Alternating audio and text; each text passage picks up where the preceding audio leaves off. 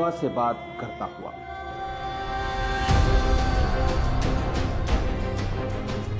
रेत के सीने को चीरता हुआ,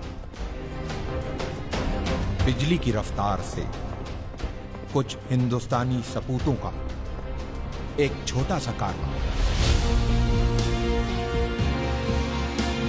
तारीख के पन्नों में अपनी जगह बनाने, आंखों में एक अजीम मकसद लिए अरब की जमीन करबला की तरफ रवां। हल मिन नासिरिन यंसुरना।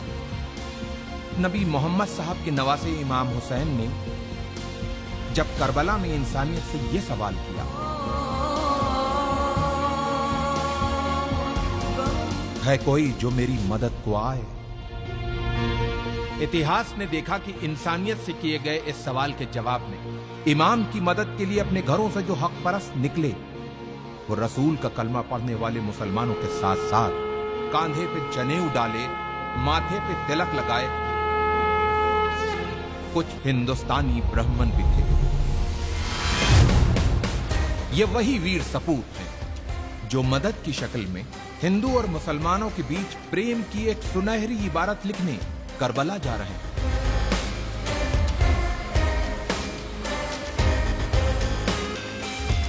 जालिम बादशाह यजीद अपनी हुकूमत के नशे में चूर होके इंसानियत का चेहरा बिगाड़ देना चाहता था,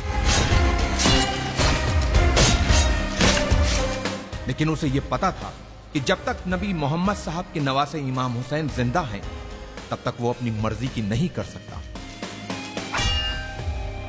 उसके इसी डर ने इमाम हुसैन को उनके परिवार के साथ करबला में घेर के उनसे अपनी हुकूमत के सामने सर झुकाने को कहा। जियो और जीने दो की जिंदा मिसाल पेश करते हुए इमाम हुसैन ने यजीद के सामने एक पेशकश रखी कि अगर तुमको मुझसे कोई खतरा हो तो मुझे रास्ता दे दो ताकि मैं हिंदुस्तान चला जाऊं।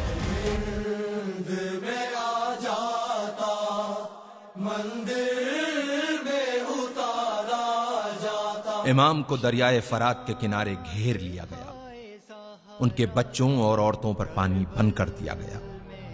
यह सब जुल्म यजीद के खत मिलने के बाद इब्ने जियाद ने इमाम हुसैन पे किए। इमाम की तरफ से भी खत लिखे गए। कहते हैं कि लोग मुसीबत में अपनों को याद करते हैं या फिर मुसीबत में जो साथ दे वही अपना होता है। इमाम हुसैन ने अपने बचपन के दोस्त हबीब को खत लिखकर मदद को बुलाया और दूसरा खत करबला से दूर, बहुत दूर भारत के एक हिंदू राजा के नाम लिखा गया। इमाम हुसैन के बेटे अली इब्ने हुसैन ने अपने भाई भारत के राजा समुद्रगुप्त के नाम लिखा था यह खत। सुनने में अटपटा लगने वाले इस रिश्ते का इतिहास गवाह है। लगभग 1400 साल पहले की बात है।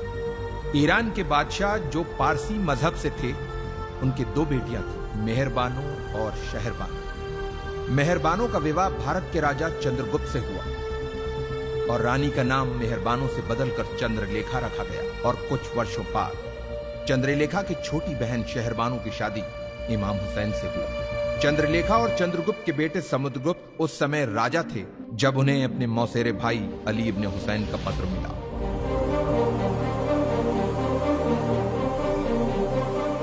राजा समुद्रगुप्त ने जल्दी ही वीर सैनिकों की एक टुकड़ी तैयार करके उसे करबला की तरफ रवाना किया।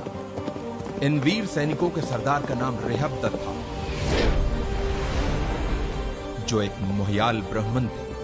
अफसोस, जब रेहबदत अपनी सेना के साथ करबला पहुंचे तो इमाम हुसैन को शहीद किया जा चुका था। यह जान इन ब्राह्मणों का दिल टूट गया और जोश में अपनी तलवारों को अपने गलों पर रख लिया कि जिसकी जान बचाने आए थे, जब वही नहीं बचा तो अब हम जी के क्या करेंगे।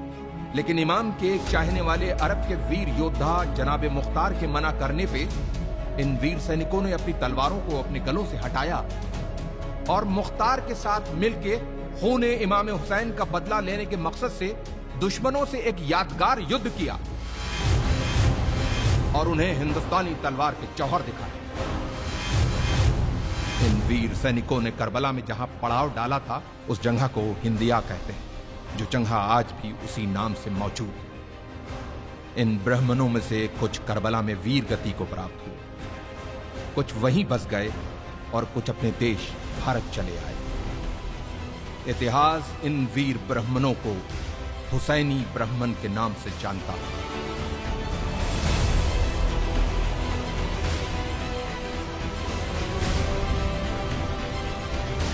तारीख के पन्नों में दबी हिंदुस्तान और इराक की इस महान कहानी को हमारे लाखों सलाम।